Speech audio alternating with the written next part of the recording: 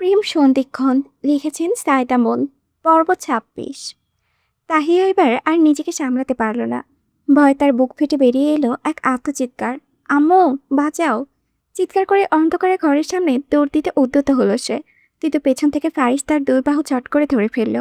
অন্ধকারে এভাবে দৌড়ালে কোনো দিক না কোনো দিকে হোঁচট খেয়ে পড়ে, এইভাবেই তাকে থামানো। কিন্তু এতে যেন উল্টো হলো। তাহিয়ার ভয়ের মাত্রা যেন হাজার গুণ বেড়ে গেল। তার ভারসাম্যত এই ভূতটাও তাকে ধরে ফেলেছে, আর নিজেকে ধরে রাখতে পারল না সে। ভ্যা ভ্যা করে কেঁদে উঠল মুহূর্তেই। কাঁপতে থাকা শরীর আর কান্নায় ভেজা কণ্ঠে এক নিঃশ্বাসে বলতে লাগলো, প্লিজ আমাকে ছেড়ে দাও, আমি আর আসবো না ছাদে, প্লিজ। ফারি সকচকিয়ে উঠল। মেয়েটা এতটা ভয় পাবে তা তার কল্পনার বাহিরে ছিল। বাচ্চাদের মতো কাঁদতে দেখে সে সঙ্গে সঙ্গে হাত বাড়িয়ে দিল। তাহিয়াও ছাড়া পেয়ে থপ করে মেঝেতে পড়ে গেল। দৌড়ানোর শক্তি নেই, চোখে মুখে শক্ত করে কুটি কুটি মেরে বসে আছে মেঝেতে।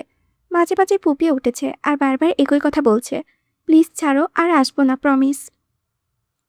ফারিস তাজ্জব বনে গেছে। দ্রুত নিজের মোবাইলের ফ্ল্যাশ লাইট চালালো। তাড়াতাড়ি তাহিয়ার সামনে এক হাঁটু কেড়ে বসলো। লাইটটা তার দিকে ধরতেই আলোয় ভেসে উঠল এক তীব্র অভূতপূর্ব মুখ। সেজে গুজে এসেছে মেয়েটা, চোখের উপরে টানা সরু আইলাইনার, ঠোঁটে রঙিন প্রলেপ, কান্নার ফলে নাক লাল হয়ে আছে। কি সুন্দর লাগছে দেখে, কিন্তু আদকে এলোমেলো হয়ে গেছে সব। তাও ভালোই লাগছে। হারিসের মনে প্রশ্ন জাগলো, হঠাৎ সাজলো কেন সে?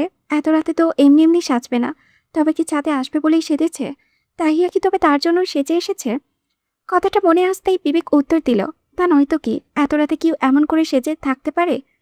নিশ্চয়ই এখানে আসবে বলেই সেজেছে। বিস্মিত হলো ফারিস। তাহিয়ার হাব ভাব বুঝতে পারছে না সে। নানান ভাবনায় মগ্ন হতেই হঠাৎ ফ্ল্যাশ ফ্ল্যাশ করে কানে শব্দ আসতেই ধ্যান ভাঙল। টনক নড়ল। তাহিয়া এখনো কাঁদছে। সে তো ভুলেই বসেছিল। নিজেকে ভাবনা সাইডে রাখল। মেয়েটার এই অবস্থা দেখে তার কেমন জানি হাসি পাচ্ছে। তেমন নিজের কাজের জন্য বিরক্ত লাগছে। কেন ফাসলামো করতে গেল, এই নিয়ে নিজেকে গালি দিতে মন চাচ্ছে। হাত বাড়িয়ে আলতো করে তাহিয়ার গালে কয়েকবার চাপড় দিল। আশ্বাস দিয়ে বলল, হেই তাহিয়া, দেখো আমি কোনো ভূতটুত নয়, ভয় পেও না, এই মেয়ে। কিন্তু তার দিকে খেয়ালই নেই, বরং আবারও একই স্পর্শে তাহিয়া আরও ভয় পেয়ে গেল। তার মনে দৃঢ়ভাবে বসে গেছে এটা কোনো মানুষ নয়, ভূতই তাকে ছুঁয়েছে। সাথে সাথে ঝাটকা মেরে হাত সরিয়ে দিল, দু হাতে মুখের ওপর থেকে এবার দ্বিগুণ স্বরে কান্না জোড়ালো। ফারিসের এবার দেওয়ালে মাথা ঠুকিয়ে দিতে ইচ্ছে করলো। কি এক বিপদে পড়ল সে। এভাবে কান্না চলতে থাকলে বাড়ির সবাই তো জেগে উঠবেই, আশেপাশের লোকজনও চলে আসবে। পরে এক কেলেঙ্কারি কাণ্ড বাঁধবেই। যেভাবে হোক মেয়েটাকে শান্ত করতে হবে। এইভাবে মোবাইলটা মেঝেতে রেখে তাহিয়ার দুই কবজি শক্ত করে চেপে ধরল। হাত দুটো টেনে পেছনে নিয়ে নিজের এক হাত শক্ত করে আটকে ধরল। তাহিয়া ছটফট করতে করতে সে আরও টাইট করে ধরল। এবার তো আর তার জানে না পানি নেই। আর কিছু না ভেবে চিৎকার করতে উদ্যত হলেই ফারিস অন্য হাতে তার মুখ চেপে ধরে জোরে ধমক দিয়ে উঠল, চুপ! আর একটা সাউন্ড হলেই সাপ থেকে এক ধাক্কা মেরে নিচে ফেলে দেবো, বেয়াদব! বলেছি না আমি ফারিস, আমি ফারিস, আমি কোনো ভূত নয়, শুনছো না? এমন রামধর্ম খেয়ে তাহিয়ার সঙ্গে সঙ্গে চুপ করে গেল। নিজের চটপটানিও বন্ধ করলো। এতক্ষণ শক্ত করে বন্ধ করে রাখা চোখ দুটো সাথে সাথে খুলল।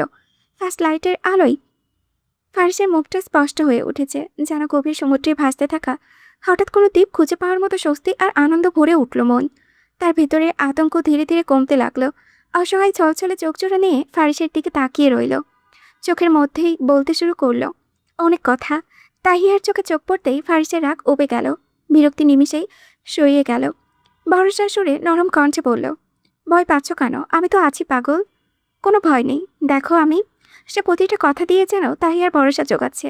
তাহিয়াও শান্ত হলো। এতক্ষণে এই বিচ্ছিরি অনুভূতি থেকে যেন নিস্তার পেল। একটু স্বস্তির অনুভবই হতে লাগলো।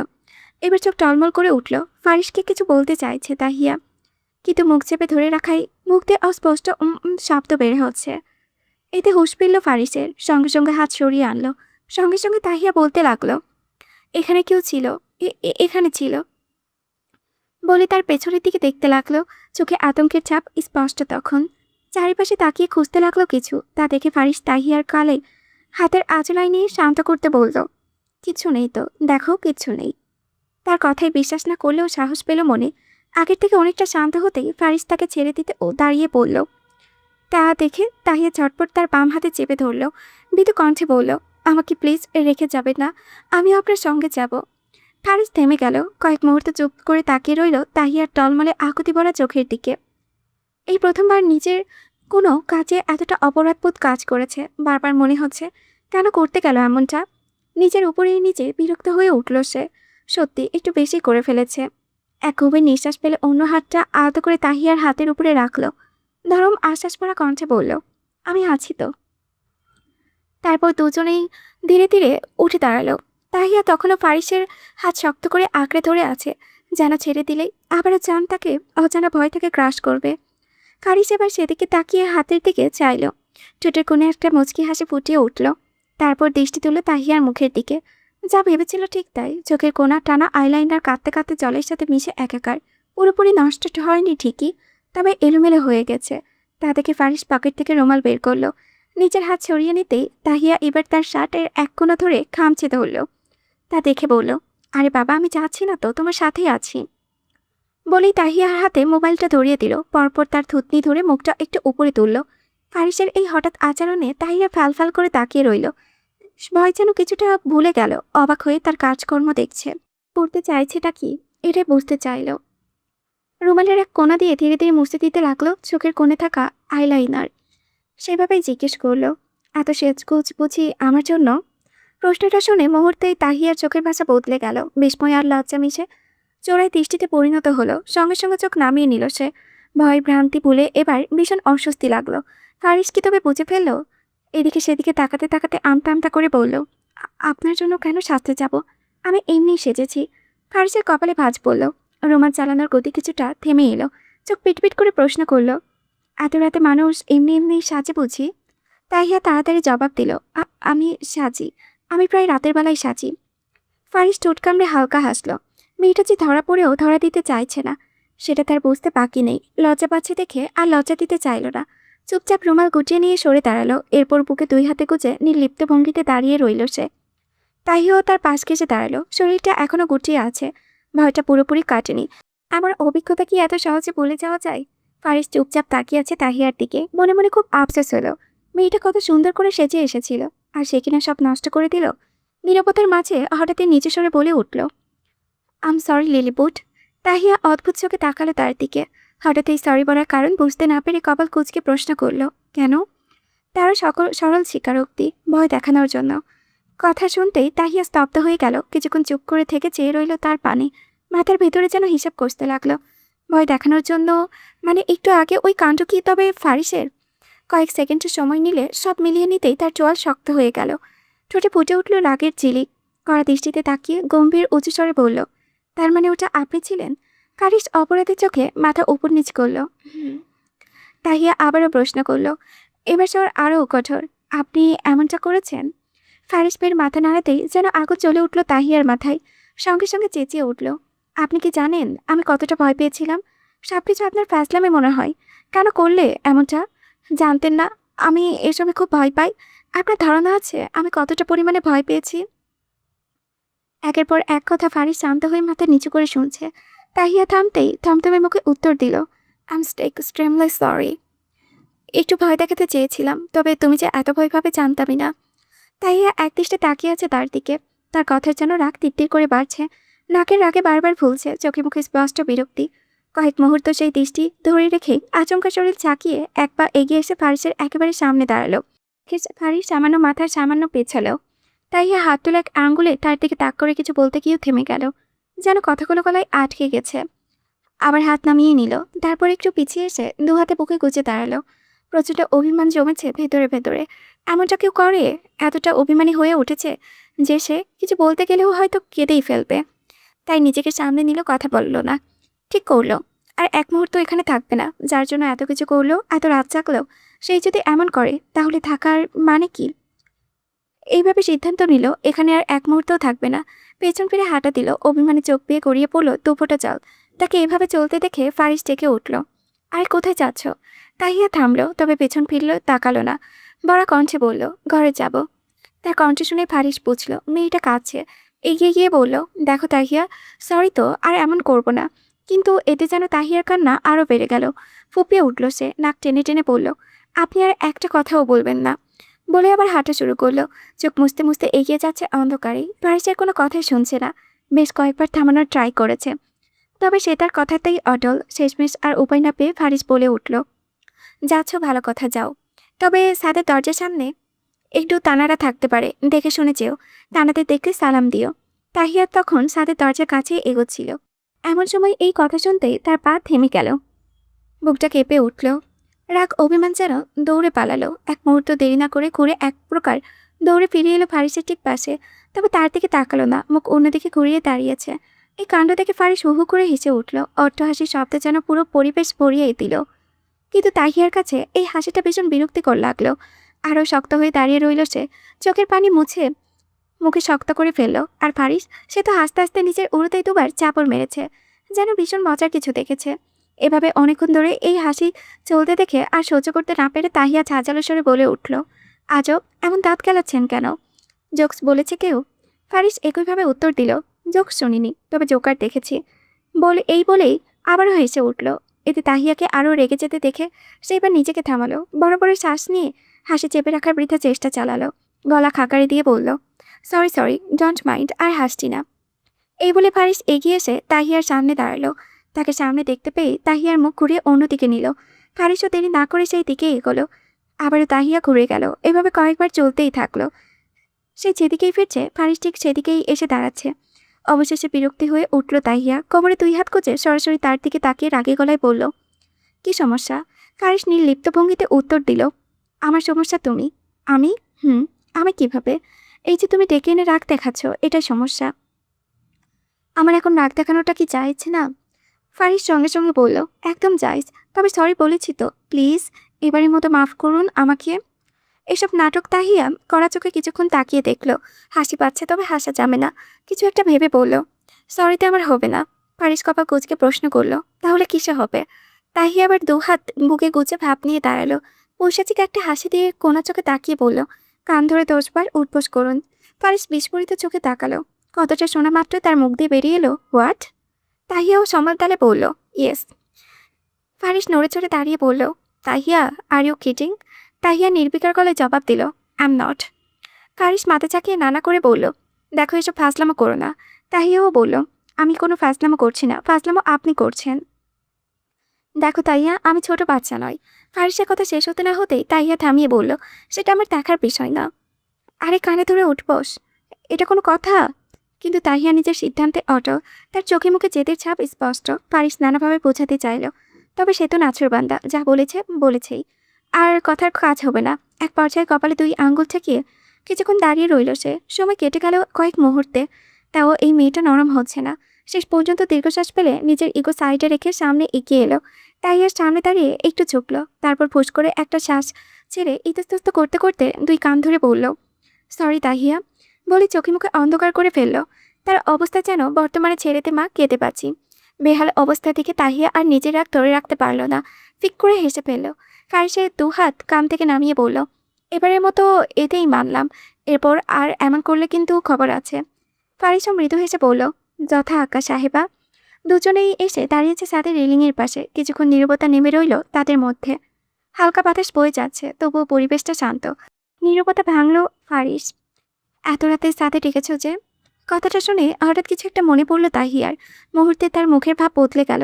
চিন্তিত হয়ে চারিপাশে তাকাতে লাগলো। আচমকা এমন অস্থিরতা দেখে ফারিস সোজা হয়ে দাঁড়িয়ে বলল, এনি প্রবলেম? তাহিয়া মাথা নাড়িয়ে বলল, আমার হাতের বক্সটা যেন কোথায় পড়েছে, পাচ্ছি না। ফারিস সঙ্গে সঙ্গে বলল, ওয়েট।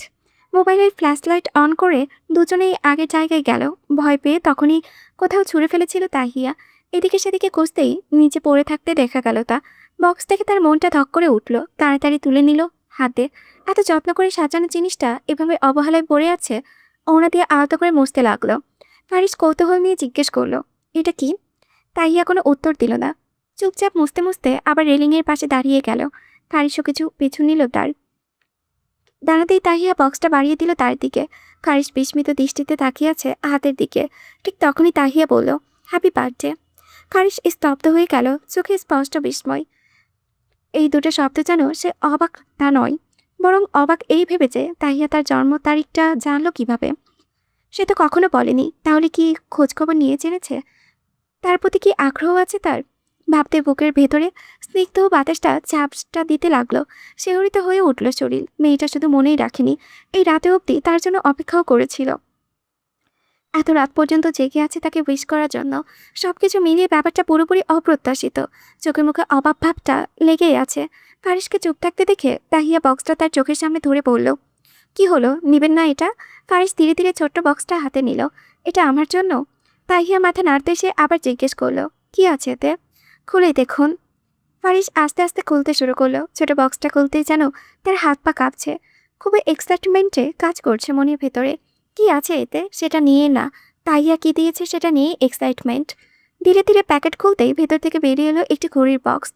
তা খুলতেই ভেতর থেকে সিলভার রাঙা ঘড়িটি দেখতে পেল। পরক্ষণে ফারিসের ঠোঁটে প্রচারিত হয়ে উঠল শীতল একটা হাসিতে। চোখে খুশির ঝিলিক নিয়ে তাকালো তাহিয়ার দিকে।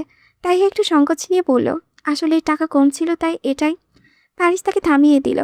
এক হাতে বক্সটা এগিয়ে দিয়ে অন্য হাতের সামনে বাড়িয়ে বলল, পরিয়ে দাও। তাহিয়া ফট করে ফারিসের চেহারার দিকে তাকালো। মুখে ঝলমলে হাসিটা দেখে বলল, পছন্দ হয়েছে আপনার? ফারিস মাথা নেড়ে বলল, খুব। কথাটা শুনে তাহিয়ার মুখেও একটা তৃপ্তির হাসি ফুটে উঠল। আর দেরি না করে সে ঘড়িটা নিয়ে ফারিসের হাতে পরিয়ে দিতে লাগলো। ফারিস অপলক তাকিয়ে আছে তাহিয়ার দিকে। মেয়েটাকে আজ অন্যরকম লাগছে। ঘড়ি পরানো শেষ হতে ফারিস বলে উঠল, thank you Tahiya, thank you very much. তুমি নিজেও জানো না তুমি আমার দিনটা কতটা স্পেশাল করে দিয়েছ। তাহিয়া উৎফুল্ল নয়নে প্রশ্ন করল, ভালো লাগছে আপনার? ফারিস চোখ ছড়িয়ে ঘড়িটা খুঁটিয়ে খুঁটিয়ে দেখতে দেখতে মুচকি হেসে বলল, বেস্ট। তাহিয়ার মুখে চওড়া হাসি ফুটে উঠল। যাক, রাত জেগে থাকা বিফলে গেল না তবে। ফারিস এবার তাহিয়ার পাশে ঘেঁষে দাঁড়ালো। এই জন্যই এত রাত অব্দি জেগেছিলে? উত্তরে তাহিয়া মাথা নিচু করে নিল। এতে যেন উত্তর পেয়ে গেল ফারিস। হঠাৎই একটা অদ্ভুত আবদার করে বসলো ফারিস, যা শুনে তাহিয়া চোখ বড় বড় করে তাকালো। তোমাকে একটু আদর করতে পারি?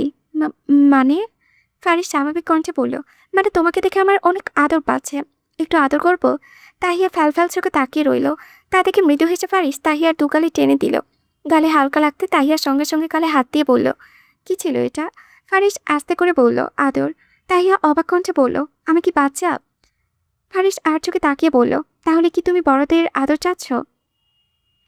কথাটা শুনে তাহিয়া কিছুক্ষণ পিটপিট করে তাকিয়ে রইল। কয়েক সেকেন্ড পরেই মনে কথার মানে বুঝতে পেরে লজ্জায় গরম হয়ে উঠল বেচারি কাল। সঙ্গে সঙ্গে দৃষ্টি সরিয়ে নিল। কেসে উঠে সে শুষ্ক কাঁচতে কাঁচতে অন্যদিকে ফিরল বেচারি। তাকে হঠাৎ এমন কাঁচতে দেখে ফারিস বিচলিত হয়ে উঠল। Are you okay? কাশি থামাতেই তাহিয়া গলা ছেড়ে বলল, আমি নিচে নামবো এখন। এখনই? তাহিয়া এদিক ওদিকে তাকাতে তাকাতে বলল, রাত হয়েছে, ঘুমোতে হবে। ফারিস তাহিয়াকে পড়া করতে করতে বলল, আচ্ছা যাও। তবে? তাহিয়া জিজ্ঞেস করলো, তবে? শর্ত কি ভুলে গেলে? কি শর্ত? আমি যা চাইবো তাই দিবে বলেছিলে। কখন? কলে। তাহিয়া তখনই মনে পড়ল কথাগুলো। তাড়াহুড়ো করে সে তো বলেছিল যা চাইবে তাই দেবে। তবে তার কি সেই সাধ্য আছে? চিন্তায় পড়ল বেচারি। এখন ফারিস কি চাইবে এই ভেবে মিনমিনিয়ে প্রশ্ন করল, কি চাই আপনার? ফারিস দুপকেটে হাত গুছে বলল, চাইলেই পাবো? আমার সাধ্যর মধ্যে থাকলে অবশ্যই দেব। ফারিস চুপ করে গেল। তাহিয়া পুরো উছিয়ে ইশারায়, কি চাই? ফের জিজ্ঞেস করতে ফারিস সময় নিয়ে বলল, আমার ৭০তম জন্মদিনেও তোমার থেকে এমন উইশ চাই। কথাটা শুনে তাহিয়া হতবম্ব। এমন আবদার কেউ করে? তাছাড়া ওই বুড়ো বয়সে কি তাকে একে অপরকে দেখতে পাবে? একথা ভাবতে ভেতর থেকে বেরিয়ে এলো এক দীর্ঘশ্বাস। মুখে তাচ্ছিলের হাসি ফুটল। আস্তে করে বলল, বুড়ো বয়সে আপনাকে পাবো বুঝি? ফারিস ভেবে বলল, এমন উইশ পাওয়ার জন্য না হয় রেখে দেব তোমাকে। কথাটা শোনা মাত্রই তাহিয়ার মনটা খারাপ হয়ে গেল। উইশের জন্য রাখবে? তাকে এমনিতে রাখবে না? মন ঢেকে গেল আধারে। জোরপূর্বক হেসে বলল, আপনি বড্ড স্বার্থপর। সামান্য উইশের জন্য আমাকে ততদিন অবধি রেখে দেবেন? ফারিস চুল ঠিক করতে করতে বলল, তোমার জন্য একটু স্বার্থপরই না হয় হলাম। তাহিয়া অবাক হয়ে বলল, আমার জন্য? ফারিস একটু থেমে মাথা চুলকে বলল, মানে উইশের জন্য। তাহিয়া আবারও একগাল হেসে বলল, ওকে মিস্টার সেলফিশ, আপনার এই কথা আমি রাখলাম। এবার আমাকে সিঁড়ি পর্যন্ত এগিয়ে দিয়ে আসুন। ফারিস মাথা নেড়ে এক হাত সামনে বাড়িয়ে যেতে ইশারা করলো। তাহিয়াও খুশি মনে এগিয়ে গেল। তবে মনের করে কিছুটা খারাপ লাগলো। আনাগোনা দেখা দিল। সাথে দরজার সামনে এসে থামল সে। হাত উঠিয়ে টাটা দিয়ে বলল, গুড নাইট। বলে হাতটা নামাতেই নীলে ফারিস তার হাতটা খপ করে ধরে ফেলল। তাহিয়া চমকে তাকালো সেদিকে। পলকে ফারিস এক কদম এগিয়ে এলো। তাদের মধ্যে দূরত্ব নেই বললেই চলে। মাথাটা একটু ঝুঁকিয়ে কানের কাছে ফিসফিস করে বলল, গুড নাইট না বেস্ট নাইট এভার। কথাটা শেষ করে হাত ছেড়ে দিয়ে ঝড়ের বেগে সরে গেল সে। তাহিয়া হা করে এখনো জায়গায় দাঁড়িয়ে। রেলিং বেয়ে নিজেদের ছাদে যেতে যেতে বলল, দাঁড়িয়ে থেকো না লিলিপুর, দরজা লাগিয়ে ঘুমোতে যাও। তাহিয়া ঘরের মাঝে আস্তে করে দরজা লাগিয়ে দিল। ধীরে ধীরে সিঁড়ি বেয়ে নিচে নামতে লাগলো সে। চোখে এখনো একটু আগের আচমকাটা ঘটনাতেই আটকে। মেহেরিন বসে আছে তালহার মোবাইল নিয়ে, একা একা কি করবে ভাবতেই সে গ্যালারিতে ঢুকেছে। উদ্দেশ্য তালহার ছবি দেখা। তবে ঢুকতেই সর্বপ্রথম চোখে ধরা পড়ল একটা ফোল্ডার, যেখানে তারই একটা ছবি দেখা যাচ্ছে। সে চমকালো ফোল্ডারের নাম দেখে। এফি নামটা দেখে ঠোঁটে চমৎকার একটা হাসি ফুটে উঠল। কৌতূহল নিয়ে ফোল্ডারে ঢুকতেই একের পর একটা নিজের ছবি দেখে সে চমকালো। এত ছবি সে তো আজ অব্দি তোলেনি, গুনে গুনে 1304টা পিক। কৌতূহল নিয়ে সে দেখতে লাগলো একের পর এক ছবি। কোনটা কলেজ গেট থেকে বের হওয়ার সময়, কোনোটা গাড়িতে তালহার পাশের সিটে বসে থাকা, কোনোটা খাবারের টেবিলে বসে খেতে খেতে, আবার কোনোটা বই মুখ গুজে পড়াশোনায় ব্যস্ত। সবই যেন নিঃশব্দে ধরে রাখা মুহূর্ত। সাথে দোলনায় বসা, এমনকি তালহার সঙ্গে লিপস্টিক কিনতে মার্কেটে যাওয়ার ছবিও পর্যন্ত এখানে আছে। তার সাথে প্রতিটি মুহূর্তে যেন সে ক্যামেরাবন্দি করে রেখেছে। মেহেরিন তো চরম অবাক। তালহা এসব ছবি কখন তোলে? সে তো আজ পর্যন্ত টিরই পায়নি। তবে তার অগোচরে এসবই চলে। সঙ্গে সঙ্গে ঠোঁট কামড়ে হাসলো মেহেরিন। বিড়বিড় করে বলল, জামাই তো দেখছি হেব্বি শেয়ানা। এবার নিজেই হেসে ফেললো। এরপর একের পর একটা ছবি দেখতে লাগলো। দেখতে দেখতে একদম শেষের দিকে এসে হঠাৎ থমকে গেল সে। মুখটা নিজের অজান্তে হা হয়ে গেল। নড়ে চড়ে বসে লাস্ট ছবিটায় মনোযোগ দিল। এটা তো বিয়ের রাতের ছবি। জুম করে দেখলো লেহেঙ্গাটা। এটা তো তারই বিয়ের লেহেঙ্গা। ছবিতে এক সাইডে দেখা যাচ্ছে সিটে হেলান দিয়ে ঘুমিয়ে আছে সে। তালহা না তখন গাড়ি চালাচ্ছিল। তবে এই ছবি কে তুললো, কবে তুললো, আর তুললই বা কেন? সে তো সেদিন বিয়েটা মানেইনি। তার নানান প্রশ্নের জন্ম নিল এক মুহূর্তেই। এখন ঠিক 9:45। আচমকায় ঘুম ভেঙে তারপরে উঠে বসলো মেহেরিন। আধ ঘুম ভরা চোখে দেওয়া ঘড়ির দিকে তাকাতেই চোখে উড়ে দুশ্চিন্তার ছাপ নেমে এলো। এতবেলা পাশ ফিরে দেখলো দাহিয়া এখনো নিশ্চিন্তে ঘুমিয়ে আছে। গত রাতে দেরি করে শোয়ার ফলে দুজনেই এই দেরি। মাঝে 2-1বার ডাকা হয়েছিল বটে, তবে কলেজ বন্ধ থাকায় খুব একটা জোর দিয়ে ডাকেনি কেউ। এত সকালে উঠেও তাদের বিশেষ কোনো কাজ ছিল না। তবে মেহেরিনের তো কাজ ছিল। তড়িঘড়ি করে গায়ে ওড়না জড়িয়ে খাট থেকে নেমে পড়ল সে। হন্তদন্ত হয়ে দরজা খুলে দ্রুত পা বাড়ালো তালহার ঘরের দিকে। তালহা কি অফিসে চলে গেল? তাকে না বলেই? অবশ্য বলবেই বা কিভাবে? সে তো তখনও ঘুমে ডুব হয়েছিল।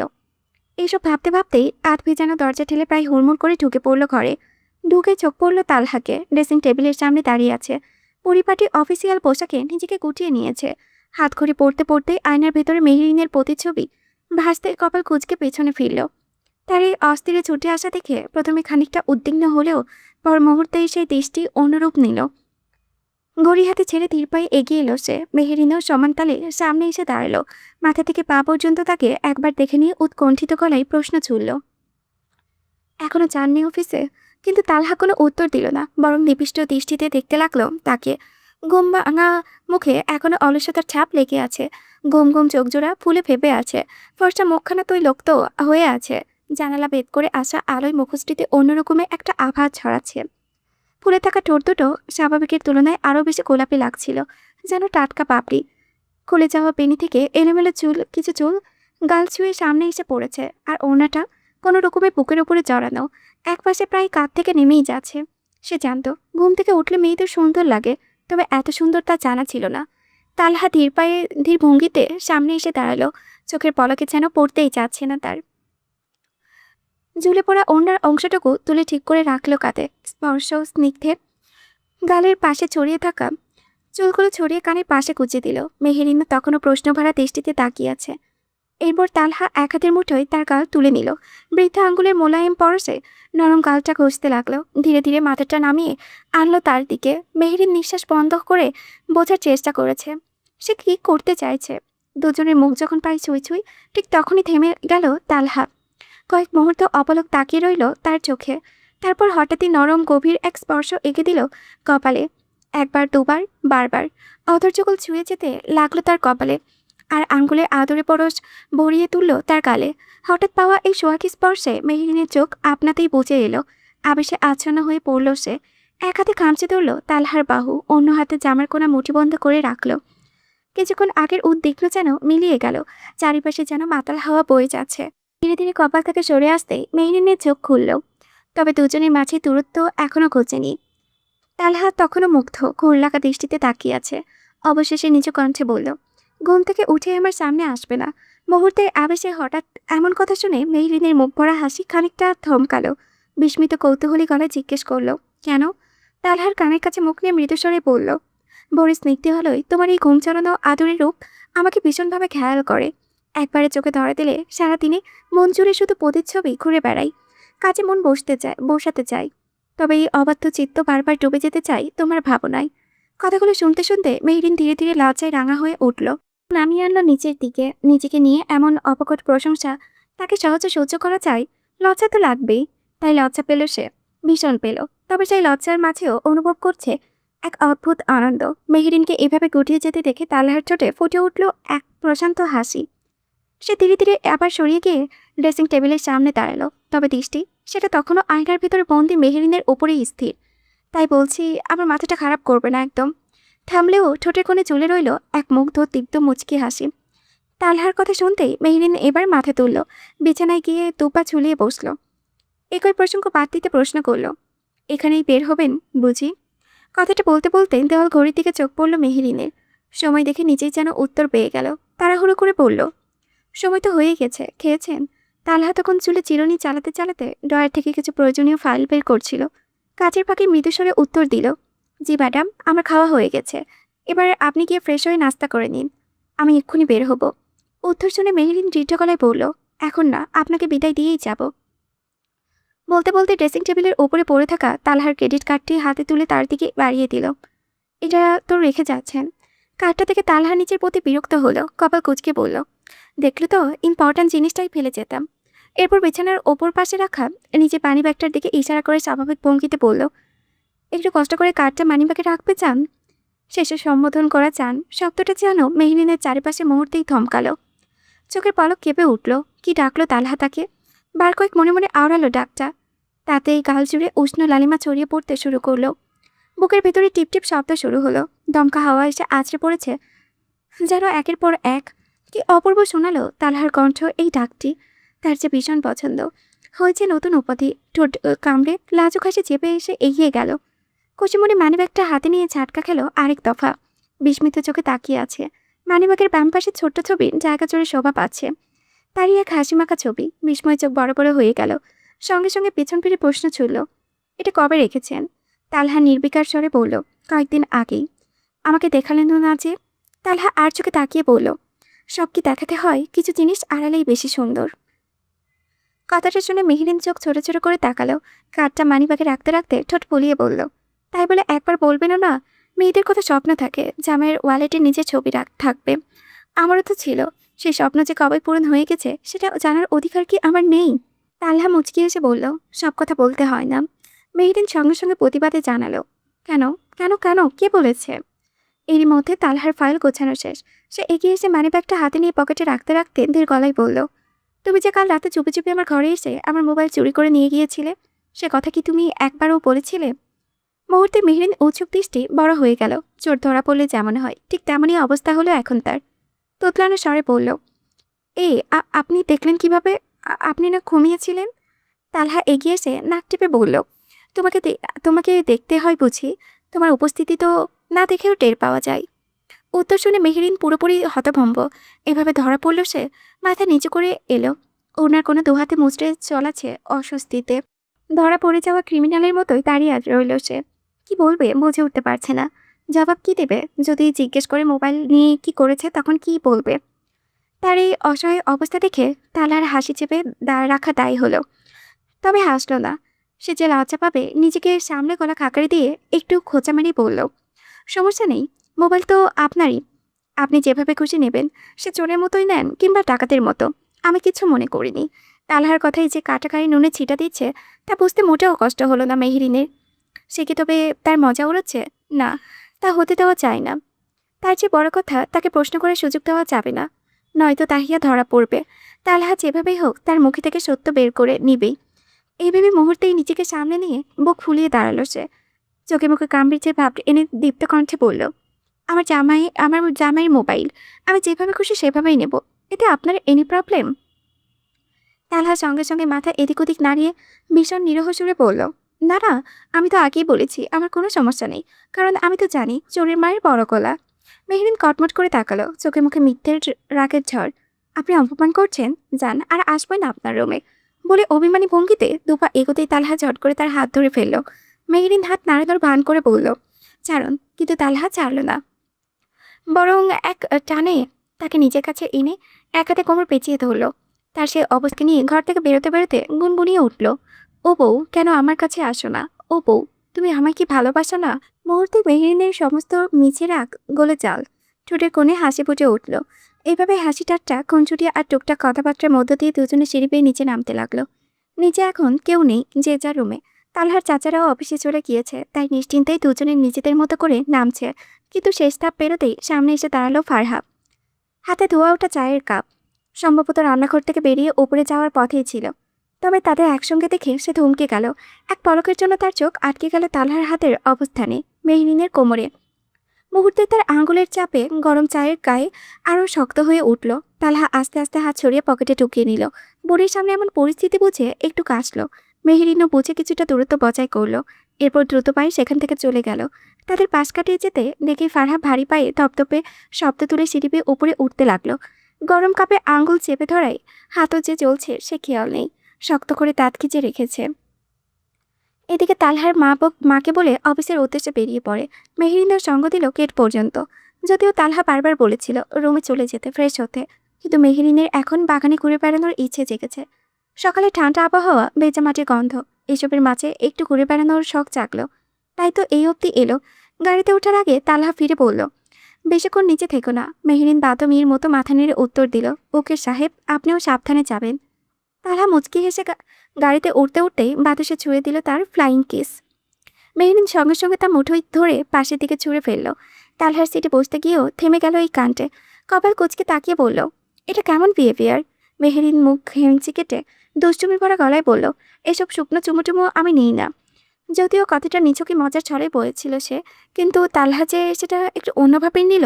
ঠোঁটের কোণে বাঁকা হাসি ফুটে উঠল, বলল, ও তাই নাকি? তাহলে অপেক্ষা করুন, রাতে না হয় আপনাকে ভেজা কিছুই দেব। কথা শেষে এক চোখ টিপে গাড়িতে উঠে বসল সে। পরক্ষণেই ইঞ্জিন স্টার্ট। কয়েক সেকেন্ডের মধ্যে গাড়ি গেট পেরিয়ে গন্তব্যের পথে পৌঁছিয়ে গেল। আর মেহেরিন, সে তালহার শেষ কথা গভীরতা পুরোপুরি না জেনে নিজ মনে বাগানের পথে হাঁটতে লাগলো। শীতের সকালের হালকা ঠান্ডা, সিক্ত মাটির গন্ধ, ঘাসের ডোকায় জমে থাকা শিশির, সব মিলিয়ে চারিপাশে এক কোমল প্রশান্তি। ভোর গড়িয়ে গেলেও সকালের সেই স্নিগ্ধতা এখনো রয়েই গেল। আর সেই স্নিগ্ধতার মাঝে আপন মনে লাজুক হাসি ঠোঁটে নিয়ে হেঁটে চলল মেহেরিন। ভাবছে তালহারই কথা। বাড়িতে ঢুকতেই তিথি বেগমের মুখোমুখি পড়ল মেহেরিন।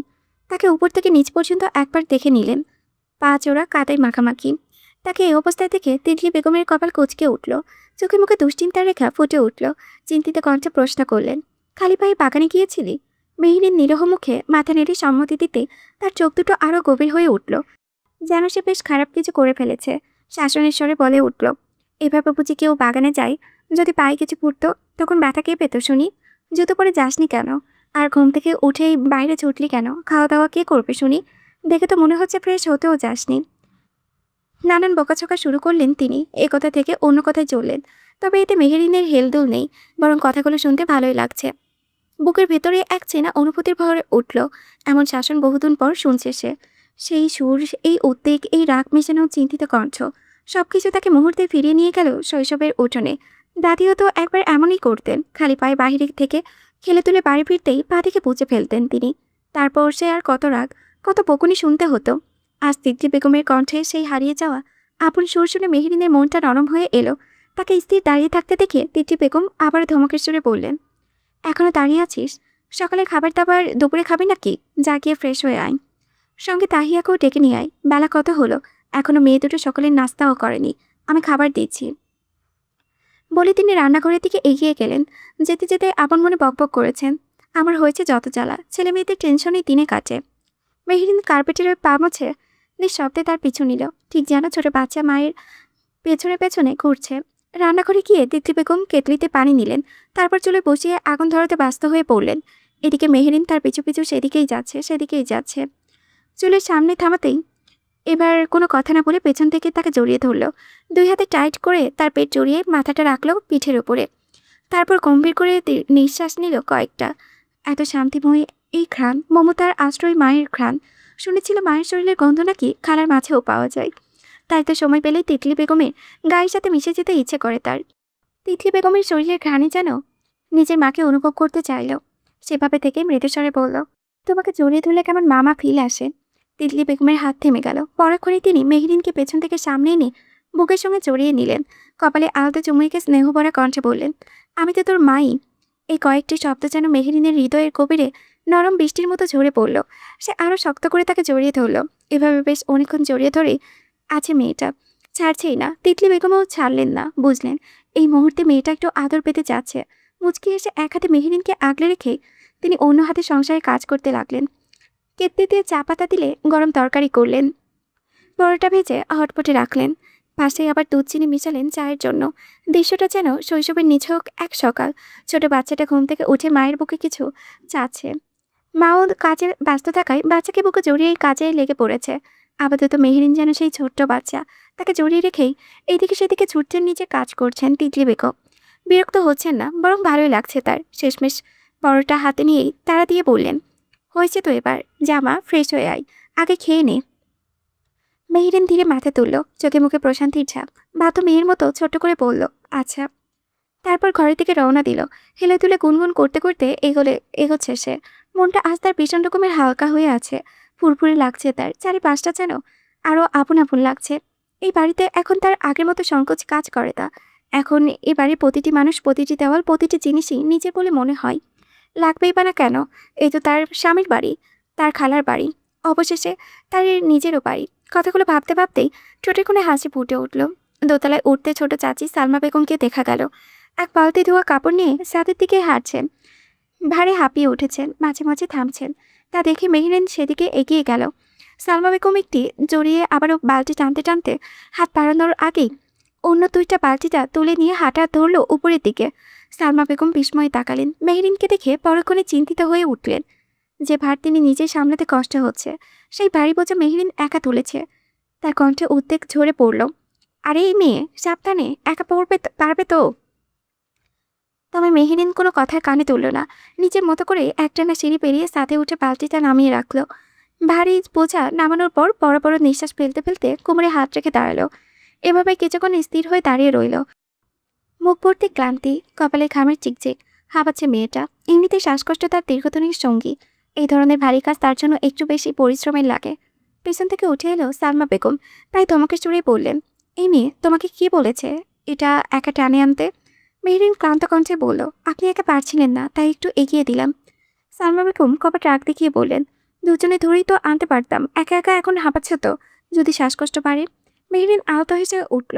তার জন্য উনি চিন্তা করেছেন, বিষয়টা ভালো লাগছে তার। হেসেই বলল, ও সমস্যা নেই, আমার এসবের অভ্যেস আছে। বলে কাপড় তুলে ধরে মেলাতে দিতে শুরু করলো। সালমা বেগমও পাশ থেকে কাছে হাত লাগালেন। কিন্তু তার মনটা কেমন যেন নরম হয়ে এলো কথাটা শুনে। অভ্যাস আছে বলতে? কাজের ফাঁকে কৌতূহল কণ্ঠে আবার জিজ্ঞেস করেই বসলেন, অভ্যাস মানে? তোমার চাচি কি তোমার দিয়ে অনেক কাজ করাতো?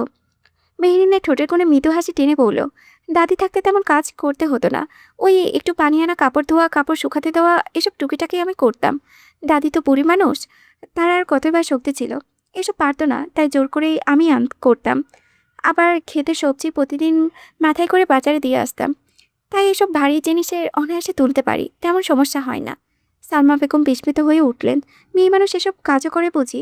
প্রশ্ন করলেন, কেন? তুমি কেন? তোমার চাচা আর ছেলে মেয়ে ছিল না? তারা কিছু করতো না? মেহরিন এবার তাচ্ছিলের হাসি আসলো। ওনার ছেলে আছে, মেয়েও আছে। তাদের কষ্ট হবে বলে নিজের বাসনটাও ধুতে দিত না। তাদের দিয়ে আবার এসব করাবে? কথাটা শুনে সালমা বেগমের বুকের ভেতরটা মোচড় দিয়ে উঠল। মেয়েটার জন্য হঠাৎ ভীষণ মায়া হতে লাগলো। এই অল্প বয়সে থেকেই জীবন তাকে কত কঠিন বাস্তবতার মুখোমুখি দাঁড় করিয়েছে। এক প্রকার জীবনযুদ্ধ করে এসেছে সে। ধীরে কিছুটা ইতস্তত করে জিজ্ঞেস করলেন, আর তোমার দাদি মারা যাওয়ার পর? প্রশ্নটা শুনে মেহরিনের চোখের দৃষ্টিতে হঠাৎ যেন ছায়া নেমে এলো। হাতে থাকা কাপড়টা মেলে দিয়ে কিছুক্ষণ নিঃশব্দে রইল। তারপর ভারী গলায় বলল, দাদি চলে যাওয়ার সঙ্গে সঙ্গে যেন আমার জীবনের সব সুখও চলে গেল। দাদি মরার পর থেকে শুরু হয় হিসাব নিকাশ।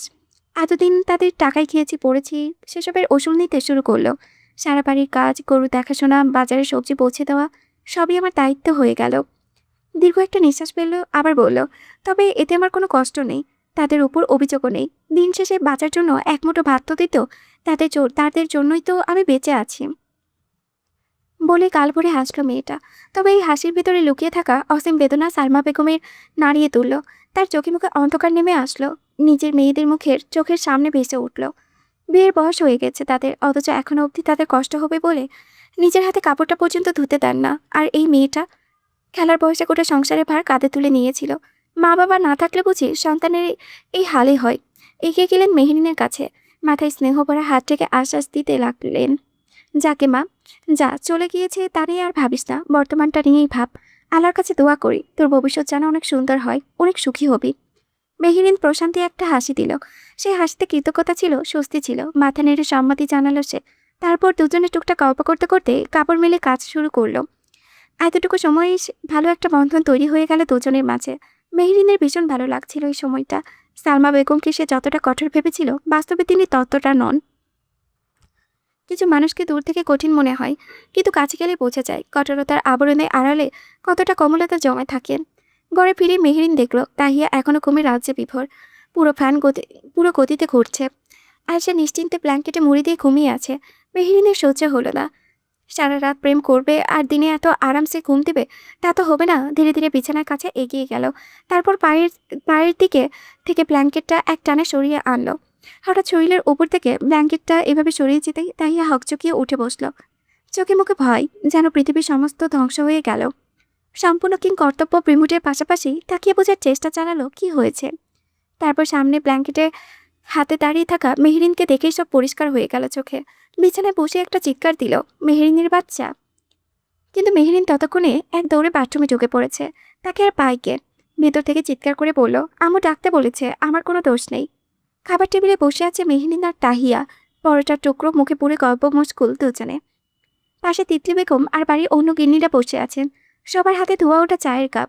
সকলের গৃহস্থালী আলাপে জমে উঠেছে পরিবেশ। এই গল্পগুজবের মাঝেই হঠাৎ উপরতলা থেকে তুমুল চিৎকার ভেসে এলো, আম্মা, ফুপু। এই ডাকে কেউ হুলস্থুলে পাকিয়ে নেমেছে। সবাই চমকে উপরের দিকে তাকাতেই দেখা গেল মেহেদি আর রাফা প্রায় দৌড়ে নিচে নামছে। মুখ ভর্তি উত্তেজনা, চোখে মুখে অস্থিরতা। তিতলি বেগমের বুক ধক করে উঠল। কেউ আঘাত পেল না তো? চিন্তিত কণ্ঠে বলে উঠলেন, কি হয়েছে? আস্তে আস্তে নাম। কিন্তু কারো কথা শোনার যেন উপায় নেই। কে আগে নিচে পৌঁছাবে সেই প্রতিযোগিতায় একে অন্যকে ধাক্কাধাক্কি করতে করতেই নামতেই ব্যস্ত। শেষমেশ নিচে নেমে হাঁপাতে হাঁপাতে প্রায় একসঙ্গে বলে উঠল, গেটের সামনে ইয়া বড় লাইন লেগেছে। কথাটা উচ্চারিত হওয়া মাত্রই তারা তাড়াহুড়ো করে দরজার দিকে ছুটল। আচমকা এমন সংবাদে বাড়ির ভেতরে মুহূর্তে কৌতূহল, উৎকণ্ঠা আর অজানা আশঙ্কা ছড়িয়ে পড়ল। মেইন দরজা খুলতে দেখা গেল দারোয়ান তাড়াহুড়ো করে তাদের দিকেই এগিয়ে আসছে, মুখ জুড়ে স্পষ্ট চিন্তার ছাপ। ম্যাডাম দেখেন না, কারা জানে আইসে। এতগুলো গাড়ি, আবার পুলিশের গাড়িও আসে লগে। বাড়িতে স্যারেরা তো কেউ নাই, ভয়ে আমি তো গেটে তালা দিয়ে দিছি। তার কথা শুনে তিতলি বেগম সহ বাড়ির সকলে মুহূর্তে উদ্বিগ্ন হয়ে উঠলেন। বাড়িতে এখন কেবল নারীরাই উপস্থিতি, পুরুষ মানুষ কেউ বাড়িতে নেই। এমন পরিস্থিতিতে বিষয়টা আতঙ্কিত করলো তাদের। কারো মনে শঙ্কা জাগলো, আবার কোনো অনাকাঙ্ক্ষিত বিপদ ঘটতে যাচ্ছে না তো? কেউ কি হামলা করতে এলো? শত্রুর তো অভাব নেই। সবার চোখে মুখে উৎকণ্ঠা ঘন হয়ে উঠল এক একজনের, যেন কেউ বুঝতে পারছে না এখন ঠিক কী করা উচিত। ওদিকে গেটে প্রতিনিয়ত কারা যেন ডেকেই চলেছে। মেহেদি ইতিমধ্যেই গেট পর্যন্ত এগিয়েছে, তালা বদ্ধ দেখে বিরক্তি মুখে ফিরে এলো। ও মামা, চাবি দাও, গেটে তালা কেন দিয়েছ? তার কথা শেষ হওয়ার আগে সালমা বেগম দ্রুত এগিয়ে এসে ছেলের হাত ধরে শক্ত করে চেপে ধরলেন। বেশি পারছিস? বাইরে কারা না কারা এসেছে, কি নাকি বিপদ হয়। এখন কেন গেট খোলা হবে না? আগে তোর আপুরা আসুক। মেহেদি বিস্মিত চোখে মা ও চাচির দিকে তাকিয়ে বিরক্ত গলায় বলল, বিপদ কেন হবে? তনিমা আপুরা সবাই এসেছে। তনিমা নামটা কানে পৌঁছাতেই এতক্ষণ চুপচাপ দাঁড়িয়ে থাকা মেহরিন তাহিয়া বিস্ময়ে প্রায় লাফিয়ে এলো মেহেদির সামনে। তনিমা? মেহেদি দৃঢ়ভাবে মাথা নেড়ে বলল, আরে হ্যাঁ, আমি নিজে দেখছি তনিমা আপু আর তার ভাই, ওই যে আরিয়ান ভাই গাড়িতে হেলান দিয়ে দাঁড়িয়ে আছে। কথাটা শোনা মাত্র তিতলি বেগমের মুখের অভিব্যক্তি মুহূর্তেই পাল্টে গেল। তনিমা নামটি চিনতে ভুল হলো না। যে তাহসানকে বাঁচিয়েছিল, সে পরিবারের সহ এসেছে, মানে আইনমন্ত্রী সপরিবারে তাদের বাড়িতে এসেছে। আর তারা কিনা কেটে তালা ঝুলিয়ে বসে আছে। সঙ্গে সঙ্গে মাথায় হাত গেল। দারোয়ানকে প্রশ্ন করল, আপনি পরিচয় জিজ্ঞেস করেননি? উনি মাথা পা ঝাঁকিয়ে বললেন, না, গেটের সামনে একেবারে এক গাড়ি থামতে দেখে তালা মেরে দিয়েছি। তিতলি বেগমের নাক চোখ কুঁচকে গেল। তিনি তীক্ষ্ণ দৃষ্টিতে দারোয়ানের দিকে তাকিয়ে আছেন। বলছি, আপনার কি আক্কেল কান বলতে কিছু নেই? কেউ আসলে অন্তত পরিচয়টা তো মানুষ জিজ্ঞেস করে। দারোয়ান মাথা নিচু করে ইতস্তত কণ্ঠে বলল, ইয়ে মানে এত গাড়ি পুলিশ দেখে ভয় পেয়ে গিয়েছিলাম, ভাবলাম কারে না কারে ধরতে আইলেও। তিতলি বেগম গম্ভীর মুখে বললেন, কারে না কারে ধরতে বলতে আপনার কি বলতে চাচ্ছেন? শিকদার পরিবারের লোকজন এমন কাজ করেছে যার জন্য পুলিশ এসেছে বাড়িতে? তিনি অনবরত মাথা এদিক ওদিকে ঝাঁকিয়ে বললেন, না না ম্যাডাম, ভুলেও এমন মনে হয় নাই, ভুল হইয়া গেছে। তিনি বিরক্তির স্বরে বললেন, তো এখন দাঁড়িয়ে আছেন কেন? দ্রুত গেট খুলুন, মেহমান এসেছে আমাদের। বলে মাথার আঁচলটা পরিপাটি করে টেনে নিয়ে নিজের গেটের দিকে এগিয়ে গেলেন, তার সঙ্গে বাড়ির বাকিরাও। অন্যদিকে বাড়ির বাহিরে গাড়ির পাশে হেলান দিয়ে দাঁড়িয়ে আছে তনিমা। চোখে মুখে তার স্বভাবসিদ্ধ দুষ্টমি। সানগ্লাসটা আঙুল দিয়ে ঠিক করতে করতে সে দীর্ঘশ্বাস ফেলে বলল, আচ্ছা আচ্ছা, হবু শ্বশুর বাড়িতে এমন দিন দুপুরে অপমান দেখে কিনা গেটে তালা মেরে দিল। আমি হলে তো এক্ষুনি গিয়ে কচু গাছের সাথে ফাঁস দিতাম। এই অপমান কি সহ্য করা চাই? তার এই আজাইরা বিলাপে আশেপাশের কয়েকজন গার্ড মুখের চাপা হাসি ফুটে উঠল। আরিয়ান অবশ্য বিরক্তি চোখে বনির দিকে তাকিয়ে সঙ্গে সঙ্গে ধমকে দিল, টনির বাচ্চা, বেশি কথা বলছিস। বলতে যে এমনিতেই হাই, আর বাড়াস না। ভাইয়ের ধমকে তনিমা ঠোঁট ফুলিয়ে মুখ ফিরিয়ে নিলেও মুখের কোণে চাপা হাসিটুকু থেকেই গেল। পিছনে গাড়িতে থাকা তনিমা মা এবার স্বামীকে কোণে দিয়ে খোঁচা মেরে বিরক্তি স্বরে বললেন, ছেলের কথায় নাচতে নাচতে চলে এলে, তা কেমন পরিবার মেহমান দেখে দরজা কুলুপ এঁটে বসেছে। অল্পস্য যথারীতি সংযত স্ত্রীকে শান্ত করতে বললেন, আয় বউ, এই পরিবারের সবাই অত্যন্ত আন্তরিক। আমার নিজের দেখা মাটির মানুষ তারা, না জানিয়ে এসেছি আমরা। হয়তো এত গাড়ি দেখে একটু হকচকিয়ে গেছে, দাঁড়াও একটু অপেক্ষা করো। এত তারা কিসের? তার পরিমিত উত্তরে পরিস্থিতির অস্বস্তি অনেকটাই প্রশমিত হলেও রাগ এবার গেল ছেলের ওপরে। সব তোমার ছেলের দোষ। বলছি 2 দিন পরে আসবো, তাতে জানিয়েই আসি। না, সে নাচর বান্দা, আজই আসবে। আহা, বাদ দাও তো, যা হওয়ার হয়ে গেছে তো, এখন চেঁচিয়ে লাভ আছে? এদিকে তনিমাও মোবাইল বের করে কল লাগালো। কিরে, তোরা কই? ওপাশ থেকে রাফির বিরক্তি তেতে উঠে কলে ভেসে এলো, এই ফারিনের বাচ্চা এখনো রেডি হয়নি, ওর জন্যই দাঁড়িয়ে আছি, এলে একসাথে রওনা দিব। বিরক্তিতে উচ্চারণ করে তনিমা তীক্ষ্ণ স্বরে বলে উঠল, আমার ভাইয়ের বিয়ে কি আজই দিয়ে দিচ্ছি নাকি? বিয়ে দিন মন ভরে সাজতে বলিস, এখন যেমন আছে তেমনভাবেই যেন তাড়াতাড়ি চলে আসে। এদিকে আরিয়ান একের পর একটা ফোন করে যাচ্ছে ফাইজাকে, কিন্তু ফাইজা নিজেকে ঘরে 4 দেওয়ালে বন্দি করে ফেলেছে। দরজা জানালা শক্ত করে আটকিয়েছে, নিঃশব্দে বসে আছে সে, হাত পা কাঁপছে আতঙ্কে। কিছুক্ষণ আগেই মেহেদির চেঁচামেচি শুনে বারান্দা থেকে উঁকি মেরে পরিস্থিতি বোঝার চেষ্টা করেছিল, কিন্তু আরিয়ানকে দেখে এখন তার আত্মা যেন উড়ে পালায়ে যাওয়ার অবস্থা। এই ছেলে সত্যি যে চলে আসবে এটা তার কল্পনারও বাহিরে ছিল। এখন কি করবে সে? বাড়ির লোকদের কি বলবে? অসংখ্য দুশ্চিন্তা, লজ্জা, ভয় আর অপ্রস্তুত ভাবনার মাঝে মাথা যেন ঘুরপাক খেতে লাগলো। শেষমেশ সে সিদ্ধান্ত নিয়ে ফেলল, আজ সারাদিন এই ঘরের থেকে এক চুলো বের হবে না। অন্যদিকে মেইন গেট খুলেও পুলিশের পোশাক পরা 2 জন সদস্য এগিয়ে গিয়ে বলল, গেট খুলেছেন। তা থেকে তনিমাতেও এক ছুট লাগালো। ভেতরে ঢুকে চোখ খুঁজতে লাগলো পরিচিত মুখ। মেহেরিনদের একমাত্র সে কি দৌড় লাগালো। তাদের সামনে গিয়ে পড়তে পড়তে থেমেছে। তাহিয়া মেহেরিন তাকে কোনো রকমের সামনে নিয়েছে। এরপর 3 বান্ধবী এমনভাবে একে অন্যকে জড়িয়ে ধরল যেন তার বহু যুগ পর তাদের পুনর্মিলন ঘটেছে। উত্তেজনায় 3 জনে লাফাতে লাফাতে ঘুরছে। চারিপাশে ছড়িয়ে পড়েছে তাদের গলা। তাদের বাচ্চা মেয়েদের সকলেই মিটিমিটি করে হাসে উঠল। এদিকে বড় গেটে খোলার সঙ্গে সঙ্গে চাচারা শব্দ তুলে 2টি গাড়ি বাড়ির ভিতরে প্রবেশ করলো। বাইকগুলো বাইরে অবস্থান নিল। প্রথম গাড়ি থেকে আরিয়ান নামলো। পেছনে গাড়ি থেকে নেমে এলো তার বাবা মা। বাড়ির গিন্নিরাও তাদের দেখা মাত্রই হাসি মুখে অভ্যর্থনা জানাতে এগিয়ে গেলেন। সোহেল সাহেব গাড়ি থেকে বের হতেই তিতলি বেগম জানালো, সালাম। আসসালামু আলাইকুম, কেমন আছেন? সোহেল সাহেবও আন্তরিক হাসিতে সালামের জবাব দিলেন। এরপর নিজের স্ত্রীকে পরিচয় করিয়ে দিলেন। পরিচিত হতেই তিতলি বেগম, সালমা বেগম আর তানিয়া বেগম সৌজন্যের সাথে তনিমার মায়ের সাথে কৌশল বিনিময় করতে ব্যস্ত হয়ে পড়লেন। তাদের কথার মাঝে আরিয়ান এগিয়ে এসে প্রথমে ভদ্রভাবে সালাম দিল, এরপর সরাসরি তানিয়া বেগমের সামনে গিয়ে দাঁড়ালো। ঠোঁটে লাজুক হাসি টেনে বলল, আসসালামু আলাইকুম শাশুড়ি আম্মু। মেয়ের জামাইকে বুঝি এভাবে বাইরে দাঁড় করিয়ে রাখে? তার কথা শুনে আশেপাশে হাসিমুখী পরিবেশ মুহূর্তে খানিক থমকে গেল। সকলে অবাক চোখে চেয়ে আছে আরিয়ানের সম্বোধনে। পাশ থেকে আমিনা বেগম তাদের পরিস্থিতি বুঝে অস্বস্তিতে পড়লেন। সঙ্গে সঙ্গে ছেলেকে টান দিয়ে পাশে নিয়ে গেলেন। চোখ রাঙিয়ে দাঁত চেপে নিজের স্বরে বললেন, বেয়াদব ছেলে, মেয়ে দেখতে এসে কেউ শাশুড়ি বলে ডাকে? আরিয়ান মায়ের কথায় পুরো কুচকালে তাকালো। নিজের কথা এক চুলো কমালো না, বরং পুনরায় তানিয়া বেগমের দিকে তাকাতেই নির্ভার কণ্ঠে প্রশ্ন ছুড়ল, আন্টি, আপনাকে এখনই শাশুড়ি আম্মু ডাকলে কোনো প্রবলেম আছে? এমনিতে আসমিকটাকে 3-4 যথেষ্ট হকচকিয়ে গিয়েছেন। শেষমেশ করে তানিয়া বেগমের অবস্থা তো আরও তরুণ। শাশুড়ির সম্বোধন শুনে তার মাথায় যেন কাজ করা বন্ধ করে দিয়েছে। কি হচ্ছে, কেন হচ্ছে, সবকিছু যেন তার বোধের বাইরে চলে যাচ্ছে। তার উপরে এমন অপ্রত্যাশিত প্রশ্ন, তিনি কি উত্তর দেবেন কিছু বুঝে উঠতে পারলেন না। উত্তর দেওয়া উচিত মনে করে কেবল বোকাশোকা একটা হাসি দিয়ে মাথা নাড়লেন, ভদ্রতার খাতিরে বললেন, না না, সমস্যা নেই। আরিয়ান সঙ্গে সঙ্গে মুখ ভরা এক বিজয়ী হাসি নিয়ে বলল, দেখলে তো আম্মু, আমার শাশুড়ির যখন কোনো সমস্যা নেই তখন তোমার সমস্যা কিছে? ছেলের এমন লাগাম ছাড়া কথাবার্তায় আমিনা বেগম রাগে চোখে শাসালেন বটে, তবে এত মানুষের সামনে আর কিছু বললেন না, কেবল দৃষ্টিতেই বুঝিয়ে দিলেন হিসেব পরে হবে। থমথমে পরিস্থিতি সামাল দিয়ে তিতলি বেগম অনুশোচনা প্রকাশ করে বললেন, আসলে খুব দুঃখিত, হঠাৎ এতগুলো গাড়ি দেখে আরিয়ান একটু ভয় পেয়ে গিয়েছিল। বাড়িতে কোনো পুরুষ মানুষও নেই, তাই না বুঝে গেটে তালা মেরে দিয়েছিল।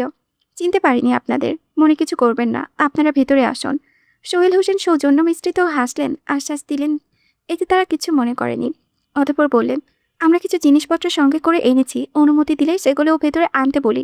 তিতলি বেগম ইতস্তত করে বললেন, অবশ্যই নিয়ে আসতে পারেন। অনুমতি মেলার সঙ্গে সঙ্গেই গার্ডদের নির্দেশ দেওয়া হলো। এরপর একের পর এক গার্ড বড় বড় থালা হাতে ভেতরে প্রবেশ করতে লাগলো। প্রায় 10 জনের মতো ঢোকার পর সবার নজরে স্থির হলো শেষের দিকে। একটি ভ্যান গাড়ি ধীরে ধীরে টেনে আনছে দুজন মিলে। ভ্যানের চারিপাশে নান্দনিক ফুল দিয়ে সজ্জিত, আর তার মাঝখানে এক বিশাল ডালা সাজানো ব্রাইডাল একটা লেহেঙ্গা। চারিপাশে পরিপাটি করে সাজানো জুতো, মেকআপ কিট, অলংকার, প্রয়োজনীয় প্রসাধনী, এক কথায় একটি কনের জন্য যা যা প্রয়োজন তার পূর্ণ আয়োজন।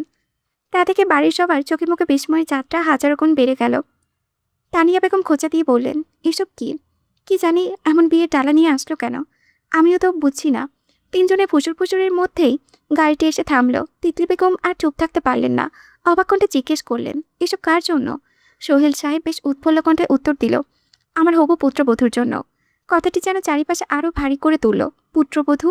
তবে তাদের বাড়িতে ওনার পুত্রবধূকে? কৌতূহলে এক একজনের মুখে ফুটে উঠতেই সোহেল সাহেব একটু স্পষ্ট করে বললেন, আসলে আমরা আজ আপনাদের কাছে মেয়ে চাইতে এসেছি। তালহা, বিল্লাল সাহেব, আফতাব সাহেব সহ বাকিরা অফিস থেকে মাত্রই ফিরেছে। গেট থেকে শুরু করে মেইন দরজা পর্যন্ত ডালা হাতে দাঁড়িয়ে থাকা গার্ড থেকে এক একজন থমকে দাঁড়ালো। সাধারণত বিয়ের অনুষ্ঠানে এমন ডালা দেখা যায়, কিন্তু তাদের বাড়িতে তো কারো বিয়ে না। সোহেল সাহেব কিছুক্ষণ আগে ফোন করে জানিয়েছিলেন তারা এসেছেন। হঠাৎ কেন আসছেন তা বলেননি, তবে গুরুত্বপূর্ণ দরকার এটা জানেন। তাই তো সবাই কাজ রেখে ফিরেছে। কিন্তু এবার সঙ্গে করে এত আয়োজন দেখে স্পষ্ট বিষয়টা কিছুটাও হলেও স্পষ্ট হলো। সোফায় বসে আছেন দুই পরিবারের বড়রা। টুকটাক কথার মাঝে একটা বিষয় নিশ্চিত যে মেয়ে দেখতে আসা হয়েছে। হুট করে এত আয়োজন সাথে না জানিয়ে এসেছে, তাই একটু তাড়াহুড়োই মনে হলো বিল্লাল সাহেবের। বিল্লাল সাহেব কাশি দিয়ে গলা পরিষ্কার করে বললেন, এরপর ধীরে বললেন, তা ভাইজান মেয়ে দেখতে এসেছেন ভালো কথা। আমাদের মেয়েরাও বড় হচ্ছে, বিয়ে শাদী তো দিতেই হবে, কিন্তু সঙ্গে এত আয়োজন কেন? মানে মেয়ে দেখতে এসে এমন বিয়ের আয়োজন? তার কথা শেষ না হতেই আরিয়ান বলে উঠল, সবে আপনার মেয়ের রিপোস্ট। বিল্লাল সাহেব কপাল কুঁচকে তাকালেন, শব্দটার মানে যেন মাথায় ঢুকলো না। প্রশ্ন করলেন, রিপোস্ট? আরিয়ান প্রত্যুত্তরে বলল, জি আঙ্কেল, আপনার মেয়ে রিপোস্ট করেছিল এমন ডালা ছাড়া আসলে নাকি সে বিয়ে করবে না। আর আমি চাই না বিয়েতে কোনো বাধা আসুক, তাই আগে নিজের দিক থেকে ক্লিয়ার করে রাখছি। কথাগুলো যেন এক একজনের মাথার ওপর দিয়ে চলে গেল। তালহা চুপচাপ বসে আছে, কিন্তু চোখে স্পষ্ট তীক্ষ্ণতা। আরিয়ানকে পর্যবেক্ষণ করছে। সবাই অবাক থতমতো। কি বলেছে এই ছেলে, কিছু বুঝতে পারছে না। আলতাফ সাহেব একটু দ্বিধা নিয়ে বললেন, না মানে বাবা, এই রিপোর্টটা কি? এবার মেহেদি এগিয়ে এসে বলল, আপু, এটা ইনস্টাগ্রামের ব্যাপার। ধরো কেউ কিছু পোস্ট করলো, আর তোমার তো ভালো লাগলো, তাই সেটা নিজের প্রোফাইলে শেয়ার করলে, ওটাই রিপোস্ট। তবুও স্পষ্ট হলো না কেউ কেউ তেমন এসব প্রযুক্তি কমই ব্যবহার করেন সকলে, তাই এই নতুন জগৎটা তাদের কাছে কিছুটা অচেনা। শেষে আফতাব সাহেব বললেন, আচ্ছা বুঝলাম, কিন্তু হুট করে তো বিয়ের কথা আগানো যায় না, আগে দেখি আপনারাও দেখেন। এর মধ্যে আরিয়ানের একটা ফাইল এগিয়ে দিল, আপনাদের দিক থেকে কিছু দেখার নেই আমাদের, আপনাদের সুবিধার্থে এই ফাইলে আমার পরিবারের ইচ অ্যান্ড এভরিথিং ডিটেলস আছে, চেক করে নেবেন আঙ্কেল। বিল্লাল সাহেব আর আফতাব সাহেব একে অপরের দিকে তাকালেন। তাদের আশ্বস্তি দেখে সোহেল সাহেব হালকা হেসে বললেন, চিন্তা করবেন না, আমার ছেলে কোনো ব্যাড রেকর্ড নেই। কথাগুলো শোনার পরেও সিকদার পরিবারের ভেতরে এক ধরনের অস্বস্তি রয়েই গেল, কারণ আলোচনা এগোচ্ছে খুব দ্রুত। যেখানে এখনও ঠিকভাবে দেখাদেখি হয়নি, তাদের পারিবারিক একটা আলোচনা আছে, তাও হয়নি। মেয়ের বিয়ের জন্য প্রস্তুত ও নয় তারা এখন। তিতলি বেগম এবার নিজেকে কথা বললেন, আসলে আপনাদের নিয়ে বা আপনাদের ছেলেকে নিয়ে আমাদের কোনো আপত্তি নেই, কিন্তু বিয়ে তো একটা সময়ের বিষয়, এমন হুটহাট কোনো সিদ্ধান্ত পৌঁছানো যায় না। আর এটা তো সারা জীবনের ব্যাপার, মেয়ের মতামতেরও তো গুরুত্ব আছে, তাই চাচ্ছি আস্তে ধীরে কথা এগোতে। তনিমা এবার মুচকি এসে বলল, আন্টি, মেয়ে তো রাজি, ফায়জা আপু বলেছে বলেই তো আমরা এসেছি। চমকের উপরে চমক পেয়েই যাচ্ছে যেন। তাদের মেয়ে বলেছে আসতে, কই তাদের তো কিছুই জানানো হয়নি। বুঝলেন ঘটনা এবার। বিল্লাল সাহেব স্ত্রীর দিকে ইশারা করলেন মেয়েকে আনতে। আগে ঘটনাটি ক্লিয়ার হওয়া দরকার। তানিয়া বেগম মেয়েকে আনতে যেতেই বাকি দুজন উঠে গেলেন রান্নাঘরের দিকে। শত হোক মেহমান এসেছে, খালি মুখে এতক্ষণ বসিয়ে রাখা যায় না। ফাইজা ঘরে বসে আছে মাথা নিচু করে সবার সামনে। এই মুহূর্তে সেই যেন সবার কেন্দ্রবিন্দু। বিল্লাল সাহেব গলা খাকারি দিয়ে তালহাকে বোঝানোর প্রশ্ন করলেন। তিনি সরাসরি মেয়েকে কিছু জিজ্ঞেস করতে চাইছেন না, তাই তালহা সোজা হয়ে বসল। ফাইজা, তুই আরিয়ানকে আগে থেকে চিনিস? ফাইজার তো ভয়ে কাঁপাকাঁপি শুরু হয়ে গেছে ইতিমধ্যে। সে শক্ত করে ওড়নাটা খামচে ধরে একটু চুপটি করে বসে আছে। তালহা আবারও একই প্রশ্ন করতেই ফাইজা আবার কাঁপা কাঁপা গলায় বলল, হুম। পরিবার নিয়ে আসতে বলেছিস? না। তো তারা কি বলেছে? আরিয়ান সঙ্গে সঙ্গে বলে উঠল, এই মিথ্যে বলছো কেন? কাল রাতেই না বললে আসতে? ফাইজার আগে চোখ তুলে তাকালো, রাগে কিরমিনিয়ে বলল, আমি তো এমনি বলেছিলাম, বললেই আসতে হবে নাকি? সে যাই হোক, তুমি বলেছ বলে এখানে এসেছি। ফাইজা কটমট করে বলল, কই, আর তো কথা শোনেন না। এই কথা শুনতে গেলেন কেন? তাদের তর্কাতর্কি বাড়তে যাবে, তার আগে তালহা থামিয়ে দিল। ওয়েট। তালহার গলা এবার গম্ভীর হয়ে এলো। কাহিনী কি, সবটা খুলে বল ফার্স্ট। ফাইজা মাথা নিচু করে ফের বলল। আরিয়ান সোজা সাপটা বলল, আমার দিকের কাহিনী, আমি তোর বোনকে ভালোবাসি and I want to make her my wife, that's it. সবার সামনে এমন নির্লিপ্ত স্বীকারোক্তিতে ফাইজা লজ্জায় কুকড়ে গেল। নিজের বাবার সামনে প্রেমিকের এমন কথা। বিল্লাল সাহেব নড়ে চড়ে বসলেন, বইয়ের দিকে আর চোখে তাকালেন একবার। উপস্থিতি সকলেই চোখ চাওয়াচাই করছে। তালহা এবার সরাসরি ফাইজাকে প্রশ্ন করলো, আর তুই? তবে ফাইজা ভয় চুপসে আছে। বাপ ভাইয়ের সামনে কি এসব স্বীকার করা যায় নাকি? তার অবস্থা বুঝে তালহা সরল করাই বলল, ফাইজা স্পিক আপ, আমরা শুধু ক্লিয়ার হতে চাচ্ছি, তোর ফিলিংস কি?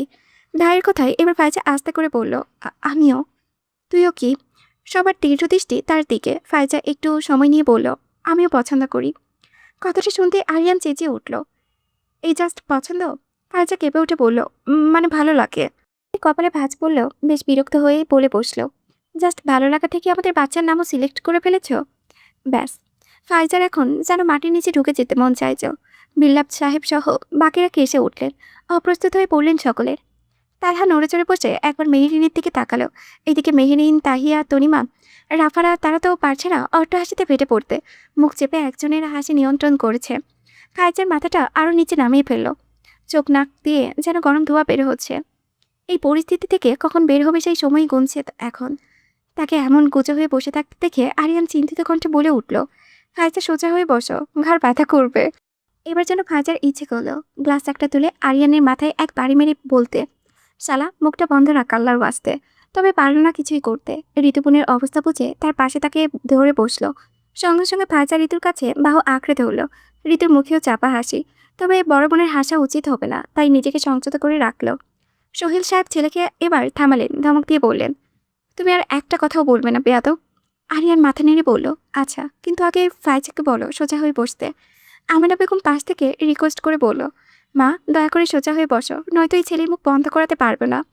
হবু শাশুড়ির প্রথম আদেশটা চাইলেও অমান্য করতে পারল না। একটু সোজা হয়ে বসলো, তবে মাথা নিচুই রয়েছে। উপস্থিতি সকলেই বুঝলো তাদের মধ্যকার সম্পর্ক অনেকটাই গভীর। ছেলে পাগল তাদের মেয়ের জন্য, এতে কার সন্দেহ নেই। কিন্তু সমস্যা হচ্ছে, বড় মেয়ে রেখে ছোট মেয়ের বিয়ের কথা কি করে এগোয়? তাদের নীরবতা দেখে সোহেল সাহেব আর আমিনা বেগম বুঝলেন তাদের নিজেদের মধ্যে কথা বলা প্রয়োজন। তাই বললেন, হুটহাট সিদ্ধান্ত নেওয়ার প্রয়োজন নেই আপনাদের। আপনারা একবার নিজেদের মধ্যে কথা বলে দেখতে পারেন, আমাদের এতে কোনো আপত্তি নেই। তারপর শিকদার পরিবার উঠে গেল কিছুক্ষণের জন্য। রান্না করে জমল তাদের কথাবার্তা। তালহার মামাদের ডাকা হয়েছিল, তবে তাদের পারিবারিক বিষয়ে ওনারা কি বলবে তাই তারা আসেননি এই বিষয়ে। কিছুক্ষণ নিজেদের মতো কথা বলে বড়রা আবার ফিরে এলো। বিল্লাল সাহেব তপ্ত শ্বাস ফেলে বললেন, ছেলে মেয়ে যেখানে রাজি সেখানে আপত্তি তো আমাদেরও নেই, কিন্তু বড় মেয়ে রেখে ছোট মেয়েকে বিয়ে দেওয়ার কথাটা এগোনোটা কেমন না? কথাটা শুনে আরিয়ান অবাক সুরে বলে উঠল, রায়হান ভাই এখনো পরিবার পাঠায়নি? রায়হান নামটা শুনতেই ঋতু খুব খুব করে কেসে উঠল। তাও সেই কাশি না, বিষম খেয়ে এসে। মেহেরিন তাড়াতাড়ি পানি এনে দিতেই একটুকে এক গ্লাস পানি খেয়ে নিল। চোখে মুখে বেচারি অস্থিরতা ফুটে উঠল। এইদিকে বিল্লাল সাহেব কপাল কুঁচকে বললেন, রায়হানকে? আরিয়ার মৃত্যুর দিকে তাকিয়ে সোজাসুজি প্রশ্ন করল, আপু এখনো পরিবারে জানায়নি? ঋতুর চোখ তো ছানা পড়া। বিল্লাল সাহেব এবার মেয়ের দিকে ফিরলেন। কিছু একটা আন্দাজ করে রাগী কণ্ঠে জিজ্ঞেস করলো, রায়হান কে ঋতু? ঋতু ঢুক গিলে বলল, আমার ফ্রেন্ড। তালহা প্রশ্ন করলো, জাস্ট ফ্রেন্ড? ঋতু নড়চড়ে পড়ল, মানে একটু ক্লোজ ফ্রেন্ড। তালহা এবার উঠে দাঁড়ালো, বুঝলো বোনেরা আর ছোট্ট নেই, নিজের লাইফ ডিসিশন নিজে নেওয়ার পর্যায়ে চলে এসেছে। তাদের সঙ্গে এবার কথা বলা উচিত তার। বিলাল সাহেবদের দিকে ফিরে বলল, কথা বলতে চাই। উনি মাথা নেড়ে অনুমতি দিতেই তালহা, ঋতু আর ফায়জাকে নিয়ে তাদের ঘরের দিকে চলে গেল। এদিকে তালহার দাদি নানি আরিয়ানের সঙ্গে গল্প জুড়ে দিয়েছে। ছেলেটাকে তাদের বেশ পছন্দ হয়েছে। আরিয়ানও কিছুক্ষণের মধ্যেই দুই বুড়ির সঙ্গে ভাব জমিয়ে ফেলেছে। হাসি ঠাট্টা যেন একেবারে ঘরে ছেলে হয়ে উঠেছে সে। তনিমা মেহেরিনে খুঁটিয়ে দেখছে সেই কখন থেকে। অস্বস্তিতে পড়েছে মেহেরিন। শেষমেশ ঝাড়ি মেরে বলল, এভাবে দেখার কি আছে আজব? তনিমা সন্দিহান চোখে চেয়ে বলল, মুখটা একটু বেশি গ্লো করছে, কিছু ইউজ করিস নাকি? মেহেরিন অবাক হয়ে বলল, কি ইউজ করব? তো এত সুন্দর হয়ে যাচ্ছিস কেন? পাশ থেকে তাহিয়া বলে উঠল, আরে বুঝিস না, জামাইয়ের আদর, জামাইয়ের সোহাগ পেয়ে সুন্দর হয়ে যাচ্ছে দিন দিন। শুরু হলো দুটোর এইসব কথাবার্তা। নাক কান গরম হয়ে উঠল মেহেরিনের। এদের লাগাম ছাড়া কথাবার্তা থামতে ঝাড়ি মেরে উঠল। চুপ, ফালতু কথা বাদ দিবি। এর মধ্যে হঠাৎ একটা গলা শোনা গেল। পরিচিত গলা শুনে অবাক হয়ে দরজার দিকে তাকাতেই দেখা গেল রাফি আর ফারিন দাঁড়িয়ে আছে। রাফি ঢোকে সবার উদ্দেশ্যে সালাম দিল, আসসালামু আলাইকুম, this is me Rafi and she is my secretary Farin. আর এহীন পরিচয়ে ফারিন পেছন থেকে ঠাস করে একটা কিল বসায় রাফির পিঠে। ওমা বলে লাফিয়ে উঠতেই ফারিন এগিয়ে যায়। মুহূর্তেই নিজের ভঙ্গি পাল্টে নিল। এখন ঠোঁটে ভদ্র হাসি, চোখে মৃদু লজ্জা। সবার উদ্দেশ্যে বললে, আসসালামু আলাইকুম আঙ্কেল আন্টি, কেমন আছেন আপনারা? বড়রাও সালামের উত্তর দিলেন। এদিকে যেন বাদ ভাঙা আনন্দ ছুটছে এসেছে তাহিয়া আর মেহেরিনের। এতদিন পর প্রিয় মুখগুলোকে সামনে পেয়ে উচ্ছ্বাস আর ধরে রাখা গেল না। ছুটে গেল দুজন। ফারিনকে জড়িয়ে ধরে আনন্দে আত্মহারা এক একজন। অন্যদিকে রাফি যেন খানিকটা অসহায় দর্শক। বেচারা ছেলে হয়ে একা হয়ে গেল। মেয়ে হলে হয়তো এই মিলনের সেও সঙ্গী হতো।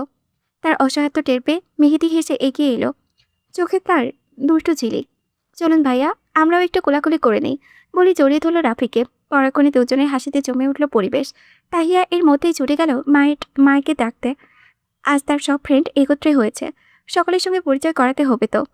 একে একে তিতলি বেগম, তানিয়া বেগম, সালমা বেগম সবাই এলেন। পরিচয় হাসার পর ঘরটা যেন প্রাণ ফিরে পেল। সকলে কথাবার্তায় ভরে উঠল।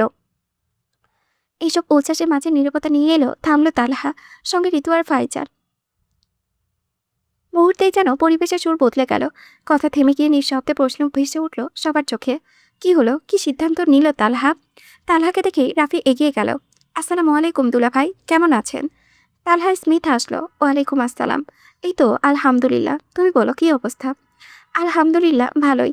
ফারিন এগিয়ে এসে সালাম জানালো একই সম্বোধনে দুলা ভাই। তালহাকে পরপর একই সম্বোধন করতে দেখে সোহেল হোসেন আর আমিনা বেগমের মনে প্রশ্ন জাগলো। কৌতূহল বাড়ল দুলাভাই কেন ডাকছে তা জানতে। কৌতূহলটা আর চাপে রাখতে পারল না। সোহেল সাহেব প্রশ্ন করেই বসলেন, তালহা বাবা, তুমি কি বিবাহিত? বিল্লাল সাহেবের ঠোঁটে মৃদু হাসি ফুটল। নিজের অজান্তে উত্তর দিল, জি, আমাদের ছেলে বিবাহিত। তা শুনে দুজনে বলে উঠল, মাশাআল্লাহ। তবে মনে খানিকটা বিস্ময় রয়েই গেল। উচ্চ কণ্ঠে জানতে চাইলেন আমিনা বেগম, তা পুত্রবধূ কোথায়? এখনো অবধি দেখলাম না তো।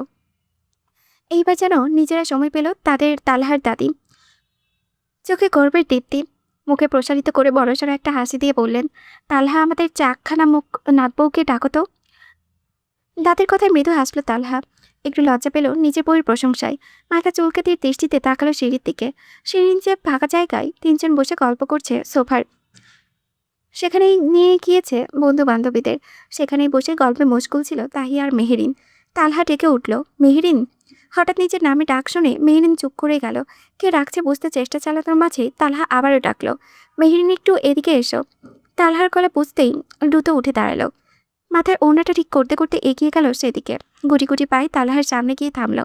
আস্তে করে উত্তর দিল, জি ডাকছিলেন? তালহা মাথা নেড়ে হ্যাঁ বলে আচমকা এক হাতে মেহেরিনের বাহু টেনে নিজের সঙ্গে দাঁড় করালো। মেহেরিন চমকে তাকালো তালহার গা ঘেঁষে। তার দিকে প্রশ্নাত্মক চোখে তাকাতেই সে পকেটে দু হাত গুজের সামনে ফিরল। হাসি মুখে বলল, ইনি মিসেস তালহা শিকদার। বিস্মিত হলেন আমিনা বেগম, মেহেরিন তোমার বউ? তালহা সঙ্গে সঙ্গে মাথা নাড়িয়ে সম্মতি জানাতে উনি বললেন, কিন্তু বয়স তো অল্প। তনিমার সঙ্গের না। ওনার বিভ্রান্তি দূর করতে পাশ থেকে তিতলি বেগম এগিয়ে এলেন। হাতে ওনার নাস্তার থালা, পিছে বাকি দুজন চা আসছে। নানান নাস্তার টেবিলে সাজাচ্ছেন তারা। ট্রেটা রেখে আমিনা বেগমের দিকে ফিরলেন। আসলে ভাবি, ছেলে মেয়ে একে অপরকে পছন্দ করে। হালার কাছে দেরি কিসের, তাই আর দেরি করিনি, আখত পরিয়ে রেখেছি। তবে বয়স হলে আনুষ্ঠানিকভাবে বিয়ে হবে। আপাতত মেহেরিন আমার মেয়ে। এবার যেন তিনি একটু শান্ত হলেন। ওনার বিভ্রান্তি দূর হলো।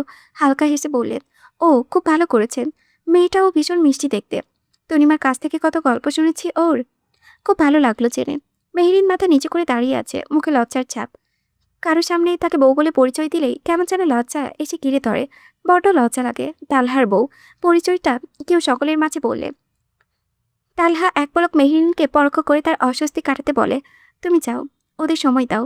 মেহেরিন মাথা নেড়ে সরে যেতেই ঘরের আবহাওয়াটা ধীরে ধীরে গম্ভীর হয়ে উঠল। গিন্নিরাও রান্নাঘর থেকে বেরিয়ে এলেন। সবাই একসঙ্গে বসতেই তাহিয়াও এদিকটাই এগিয়ে এলো। বিয়ের কথা উঠবে তাই ভেবেই তাদের মুখখানা চাপা, উত্তেজিত। তালহা চুপ করে আছে দেখে সোহেল সাহেব নিজেই কথাটা তুললেন। তা বাবা, এখন তোমাদের মতামত কি? তালহার মুখটা কঠিন হয়ে এলো, কিছু যেন ভাবছে সে। ধীরে একটা দীর্ঘশ্বাস টেনে সে বোনদের দিকে একবার তাকালো, তারপর গম্ভীর কণ্ঠে বলল, পরিবারের কাছে সন্তান সবসময় ছোট থাকে, স্নেহের থাকে। মেয়েরা কখন যে বড় হয়ে ওঠে তা বুঝে ওঠা যায় না। মনে হয় চোখের পলকেই বেড়ে ওঠে তারা। ঋতু, ফাইজা, তাহিয়া, ওরা শুধু আমার বোনই না, আমাদের সবারই খুব আদরে। এই বাড়ির 3 রাজকন্যা। ঋতু বিয়ের নিয়ে হালকা পাতলা ভাবলেও ফাইজার কথা এখনো মাথায় আসেনি আমাদের। তাই হুট করে এমন সিদ্ধান্ত নেওয়া একটু কঠিনই। একটু থেমে তার গলাটা নরম হয়ে এলো। যেহেতু আমরা বোনের ইতিমধ্যে কাউকে পছন্দ করে ফেলেছে, সেক্ষেত্রে তার পথে বাধা হয়ে দাঁড়ানোর মতো ভাই আমি নই। ছোটবেলা থেকে তারা আমাদের দেখে বড় হয়েছে। তাদের বাবা ও ভাইদের চরিত্র, মূল্যবোধ সবকিছুই তারা খুব ভালো করে দেখেছে। ঘাড় হালকা কাত করে তাকালো ঋতু ফাইজার দিকে। আই হোপ নিজেদের জীবনসঙ্গিনী নির্বাচনের ক্ষেত্রে তারা একজন উপযুক্ত মানুষকে বেছে নিয়েছে, যে তাদের আমাদের মতোই আগলে রাখবে। তাছাড়া আরিয়ান আর রায়হানকে পার্সোনালি আমি দেখেছি, চিনি। তাই এখানে আমার আর কোনো আপত্তি বা দ্বিধা নেই। আমার বোন যেখানে সুখী, সেখানে আমারও সম্মতি আছে। এই কথাগুলো যেন সোজা গিয়ে আঘাত করলো ঋতু আর ফাইজার হৃদয়ে। এতক্ষণ শক্ত হয়ে থাকলেও হঠাৎই যেন একটা ভয় কাজ করতে লাগলো। হারানোর ভয়, পরিবার হারানোর। বুক ব্যথা করে উঠল। দুজন একসঙ্গে এগিয়ে গেল তালহার কাছে। ঠিক যেমন ছোটবেলায় মারামারি করে একসঙ্গে বিচার দিতেও দুজন এগিয়ে যেত। ছলছল চোখে চেয়ে আছে ভাইয়ের মুখের দিকে। মনে হচ্ছে তাদের ভাই এখনই তাদের পর করে দিয়েছে। ধরে রাখা চোখের জল আর থামালো না, গড়িয়ে পড়তে লাগলো। তাদেরকে তালহা তাদের হাত রাখতেই তারা ছোট্ট বাচ্চার মতো হু হু করে কেঁদে উঠল। ভাইয়ের বুকে মুখ লুকালো, ফুপিয়ে ফুপিয়ে কাঁদছে তারা। তালহার 2 হাতে তাদের মাথায় বুলিয়ে দিচ্ছে। মৃদু হাসলো, কণ্ঠে স্নেহের পরশ। আরে পাগল, এখনই কি চলে যাচ্ছিস নাকি? বলেই দিয়ে দেব। বিয়ে তো তাড়াতাড়ি দিচ্ছি না, দেরি আছে।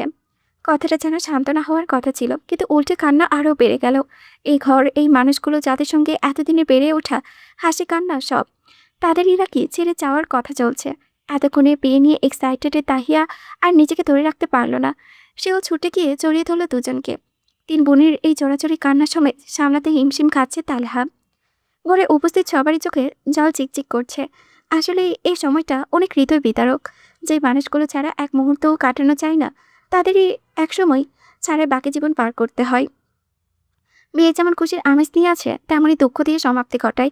তালহা বরফ করে শ্বাস নিচ্ছে, নিজেকে সামনে রাখার চেষ্টা করেছে। বুকের ভেতরটা কেঁপে উঠলেও সে ভাঙতে চাচ্ছে না। সামনে ভাই বোনের সামনে সে তো স্ট্রং। একপাশে দাঁড়িয়ে পারেন তনিমা, মেহেরিন, 3 জনে চুপচাপ তাকিয়ে আছে। তাদের চোখেও জল, নীরবে তারা। ঘরের কোণে তাকে মেহেদি বসে ছিল, ঠোঁট উল্টে। ছেলেরা নাকি কাঁদে না, কিন্তু তার চোখের লালচে ভাব বলছিল অন্য কথা। শেষমেশ আর নিজেকে সামলাতে পারল না, হঠাৎ শব্দ করে কেঁদে উঠল। সবাই চমকে তাকালো তার দিকে। ঋতু, ফাইজা, তাহিয়াও থেমে গেল। বিল্লাল সাহেব তাড়াতাড়ি এগিয়ে গেলেন। এই, তুই কাঁদছিস কেন? কি হয়েছে বাবা? মেহেদি কাঁদতে কাঁদতে ওনাকে জড়িয়ে ধরল। আপুর বিয়ে হয়ে যাবে, বিয়ে দিও না। কথাগুলো ঠিকমতো জড়াও লাগাতে পারছে না সে কান্নার ফলে।